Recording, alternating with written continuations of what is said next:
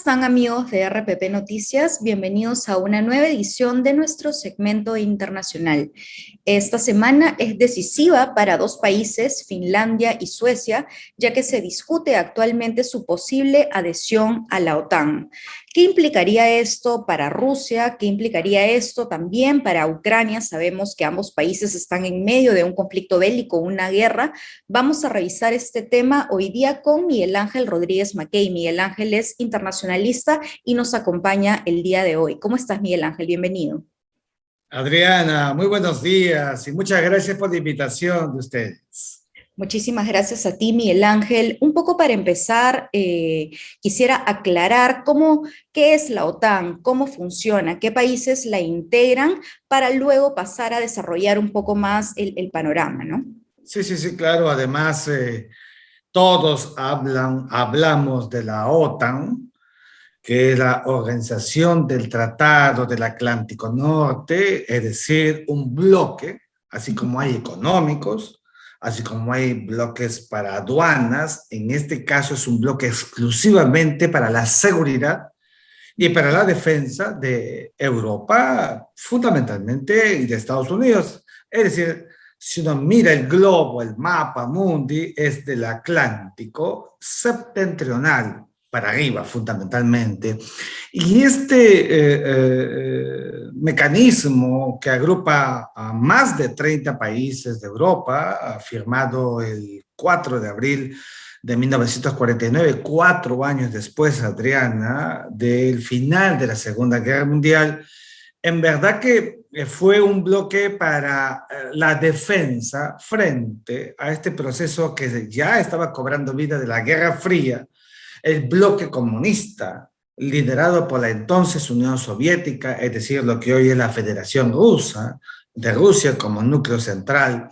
Y entonces, claro, Europa estaba devastada por la Segunda Guerra Mundial y el Plan Marshall, creado a partir de una decisión estadounidense de apoyar el levantamiento de Europa doblegada por la Guerra Mundial, entonces dijeron que no solamente debería ser una configuración estructural de una Europa innovada, sino que frente a la amenaza, bloque capitalista, bloque comunista, allí aparece la OTAN.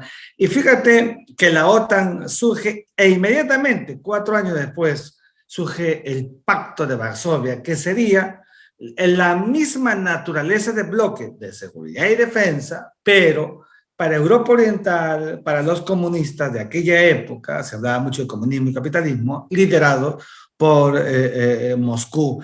Así es como la OTAN ha cobrado vida durante sus últimos 60, 70 años, cumpliendo este rol para la seguridad y la defensa de una Europa, repito, reitero, muy vulnerable a un tema como es la seguridad internacional. Ahora, Miguel Ángel, hay algo que me parece bien importante, que es el famoso artículo 5. El artículo 5 señala que el ataque a uno de los miembros, uno de los países miembros de la OTAN, es considerado como un ataque a todos. ¿Por qué esto es vital en la posible adhesión de Finlandia y Suecia? Fíjate, has dado un punto neurálgico en la dinámica de la seguridad internacional. Esto significa, en primer lugar, que cuando un Estado de los 30 es objeto de algún ataque foráneo, ataque material, una afectación, un bombardeo, una invasión, lo que fuera, ese artículo dice que todos deben responder casi como los mosqueteros, todos a una a todos. En verdad que es la naturaleza de un tratado defensivo de seguridad colectiva. Tiene sentido. En América tenemos el Tratado Interamericano de Asistencia Recíproca, el famoso TIAR, que fíjate también creado más o menos por esa misma época, pero que responde a esta visión. Y entonces, claro, cuanto más países formen parte de la OTAN, más y mejor el empoderamiento de OTAN, que es lo que justamente Moscú con Vladimir Putin no quiere, ¿te imaginas? Si hay una guerra porque Ucrania dijo soberanamente que quiere o quería incorporarse a la OTAN y hay una guerra, ¿qué puede significar que Finlandia, y el Reino de Suecia, dos países nórdicos, ¿no es cierto?, del norte de Europa, se quieran incorporar a la OTAN. Para Moscú será la lectura de seguir perdiendo a esos países que consideraba siempre su marco de influencia. De manera que si uno pregunta a las autoridades en Suecia o en Finlandia, lo hacen básicamente porque temen que haya una acción militarizada o impositiva de Moscú sobre estos países. Se sienten indefensos y creen que su seguridad podría estar garantizada en el marco de la OTAN. Por eso es que, como muy bien dices, estamos en horas de una inminente decisión que podría engrosar y volver más compacta la OTAN, que a mi juicio, en el marco de la política internacional euroasiática, un golazo para la OTAN respecto de una Rusia con un Vladimir Putin, a mi juicio, cada vez más hermético y enloquecido en términos de seguridad y defensa en esta guerra que mantiene con Ucrania de cerca de 75 días, porque no logra sus objetivos materiales, que es tomar Kiev, obtener una victoria, como hemos visto en en estas últimas semanas. Miguel Ángel, teniendo en cuenta dos aspectos. Primero, que esta posible adhesión empoderaría a la OTAN, y segundo, que esta adhesión no sería bien vista a los ojos de Vladimir Putin. ¿Qué tan conveniente sería para Suecia y para Finlandia integrar finalmente esta alianza? Mira, considerando que los dos países han sido, digamos, tienen una tradición en el derecho internacional y en la política internacional europea de ser estados neutrales. La neutralidad es mantenerse sin ningún posicionamiento. En el balance del equilibrio, mira, así como están las cosas en Europa, con vulnerabilidades permanentes que van surgiendo y por una amenaza permanente de Rusia. Recordemos que hasta hace pocos días ha habido un discurso hasta de Tercera Guerra Mundial. Entonces, esto significa para ellos una posibilidad de encontrar una suerte de récord de seguridad. Y yo creo que a estas alturas del partido, en Europa hay que tomar determinaciones, hay que ubicarse, hay que estar en algún ámbito. Las recientes palabras de Vladimir Putin, Adriana, en el marco del Día de la Victoria de los aliados contra Alemania nazi, ¿no es cierto?, tomando la propia Alemania y otras partes de Europa. Claro, para los rusos la victoria es el 9, para los otros aliados, Francia, Estados Unidos y el Reino Unido, es el 8 de mayo, pero digamos, hemos visto un discurso de Vladimir Putin, lo he leído 2 veces para estar, digamos, tener un correlato muy belicista. Hace una referencia histórica a guerras ultramarinas y terrestres del pasado, victoriosas para Moscú, que las considera análogas a lo que podría pasar o está pasando en Ucrania. Todos sabemos en realidad que en el fondo no hay nada de eso, no hay ninguna victoria, porque si no hubiera llegado a Kiev, hubiera consumado lo que no existe. Todos los días ingresan armas, ingresan voluntarios a apoyar la gesta de Volodymyr Zelensky, el presidente de Ucrania, y Vladimir Putin, como ya te refiero, sigue muy hermético por no encontrar ese resultado que lo pueda llevar a una mesa de negociación bastante empoderado. Eso todavía no se ha presentado. Profesor, precisamente hablando de este discurso de Vladimir Putin del 9 de mayo, ¿cuál cree usted que ha sido el objetivo, usted que ha leído tan detalladamente el discurso, cuál cree usted que ha sido el objetivo de este discurso para Vladimir Putin y qué mensaje quiere enviar a los otros países de Europa, ¿no? Mira, yo creo que Vladimir Putin, que es un político, tiene años en el poder y seguramente los podría tener un poco más dependiendo de cómo le va en la guerra.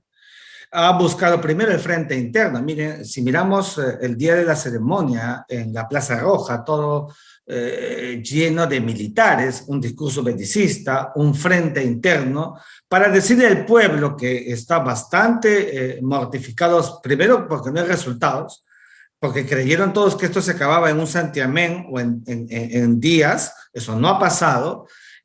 Hay una presión internacional sobre Moscú que está lacerando el frente interno económicamente. O sea, en Rusia hay una doblez en términos económicos y eso pone a Vladimir Putin en una situación vulnerable y entonces, claro, él quería mostrar un frente interno empoderado.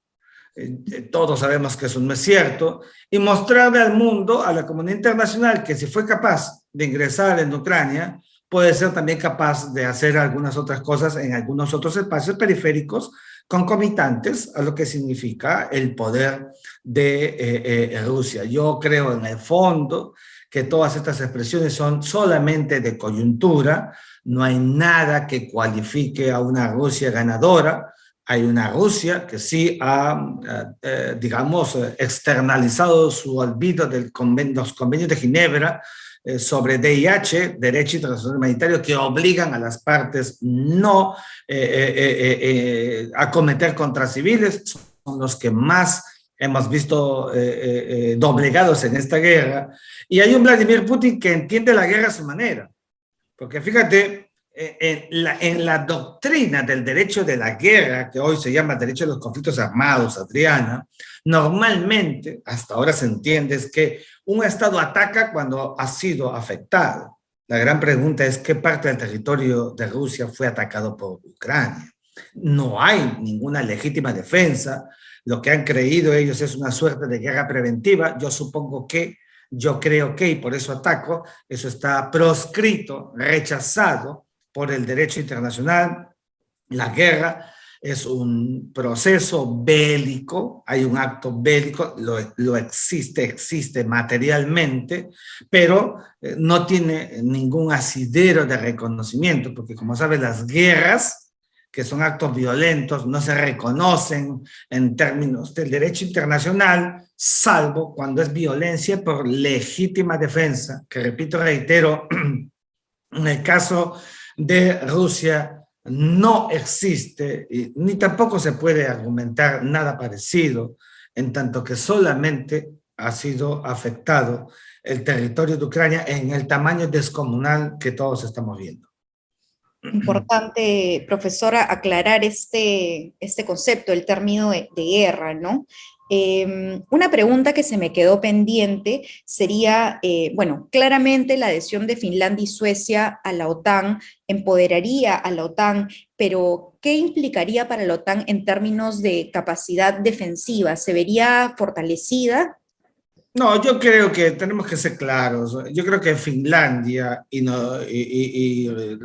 Reino de Suecia, en verdad que sumarían y crearían esta suerte expectaticia en la política de seguridad internacional de que Europa está cerrando filas con la causa ucraniana, de que Europa se está cerrando filas con la causa de la paz, de la tranquilidad internacional, eso que está consagrado en la Carta de San Francisco, que es el mayor tratado del planeta, que crea las Naciones Unidas como mayor foro político del planeta y que a mi juicio Vladimir Putin, Rusia, han pateado el tablero porque no quieren mantener la paz. Una guerra en el siglo XXI es inaceptable. Lo que hoy se prioriza, Adriana, son los medios y métodos de solución pacífica de controversias. Todos tenemos muchos métodos para arreglar problemas. Perú, Chile fueron a la Corte Internacional de Justicia para arreglar un problema de delimitación marítima. Es como se hace en el siglo XXI de manera civilizada. Vladimir Putin está entendiendo una política internacional del cangrejo en términos de seguridad internacional. Por eso es que en esto tenemos que ser muy objetivos y creo que ahí está la vulnerabilidad que se presenta y a una Europa que con Estados Unidos como el gran mecenas de la seguridad europea siente evidentemente, digamos, un alivio de ver cómo se fortalece el bloque en términos de seguridad frente a la amenaza permanente de Rusia. Ahora, Rusia ha advertido, ¿no?, que si estos países finalmente se adhieren a la OTAN, habría una respuesta militar. ¿Qué tan posible ve usted esto, profesor? No, yo creo que una intervención o un acto militarizado por parte de Rusia hacia estos dos países nórdicos ya significaría otro nivel de otro presupuesto de acción. Mira, si ya son miembros de la OTAN en horas, ipso iure, la OTAN tendría que reaccionar bajo el artículo 5 que comentábamos en favor de Claro. Finlandia y del Reino de Suecia. Pero además de ello, podría crear una situación de grave riesgo para ensanchar la guerra.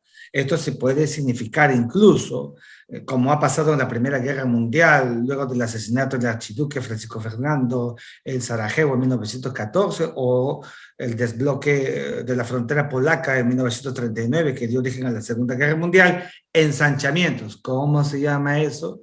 Tercera Guerra Mundial, que muchos no queremos decir, me incluyo porque amamos la paz, pero un ensanchamiento bélico podría originar participaciones sucesivas de otros actores, es decir, no solamente Estados Unidos, no solamente Reino Unido y Europa como tal, mira también al otro lado, donde está China, donde está Irán, donde está Corea del Norte. Claro, es una hipótesis de trabajo que reflexionamos aquí, pero que nadie quiere. No creamos, digamos, esta suerte de perspectivas porque no le hacen bien a la comunidad internacional, pero en un momento como este que RPP lleva adelante didácticamente, a mí me parece estupendo que digamos qué cosa podría pasar y las decimos para que no pasen y no sucedan.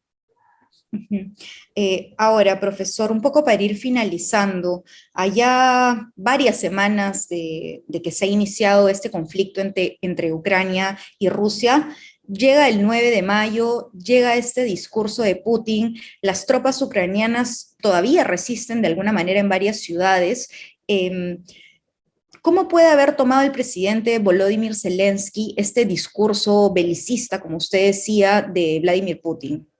Yo creo que Volodymyr Zelensky, un hombre dedicado toda su vida a la comicidad, que llegó al poder en Ucrania, que muchos no calcularon su nivel de actor político como jefe de Estado y que es considerado prácticamente un héroe para los ucranianos, está demostrando mucho temple para enfrentar un casus belli como el que ha creado Rusia desde Moscú y sobre su visión. Pero yo creo que él actúa con prudencia, ha mostrado sus temores, ha dicho, nos han dejado solos al comienzo de la guerra y eso es normal. Los bombardeos por todas partes, Mariupol, Bucha, la propia Kiev y otras ciudades devastadas, evidentemente le produce preocupación. Más de 8 millones de ucranianos han tenido que migrar, desplazamientos por diversas partes del país, una nación derruida, tendríamos que poner planes Marshall a la N para poder recuperar a Ucrania. Entonces, hay preocupación, pero él como jefe de Estado se muestra como debe ser un jefe de Estado, con la frente en alto, diciéndole que más allá de que hay, ¿no es cierto?, un Goliat, siempre los que tengan actitud de David se vuelven más sabios e inteligentes, y espera que la comunidad internacional reaccione solidaria. Lo está haciendo, es verdad, de muchas formas, porque hay solidaridad para apoyar a los, en el tema humanitario, quiero decir, pero mira con discrecionalidad. Yo no he visto un discurso triunfalista en Volodymyr Zelensky, y más bien ante una retórica como la de Vladimir Putin, pues mantiene esta dialéctica del discurso para no materializar subordinaciones geopolíticas ni nada. Y eso es importante y eso es bueno para un jefe de Estado que personifica, en este caso, la nación ucraniana. Profesor, ha sido una explicación sumamente didáctica. Le agradecemos desde RPP Noticias por habernos acompañado el día de hoy. Un honor para mí, gracias por la invitación. Un honor para nosotros y por supuesto a quienes nos están viendo desde RPP Noticias continuaremos siguiendo este tema, veremos qué sucede finalmente con Suecia y Finlandia y ya nos veremos en el programa de la siguiente semana. Muchísimas gracias, profesor. Gracias a ustedes. Y Muy con amable. ustedes será hasta otro programa. Muchísimas gracias por sintonizarnos. Hasta luego.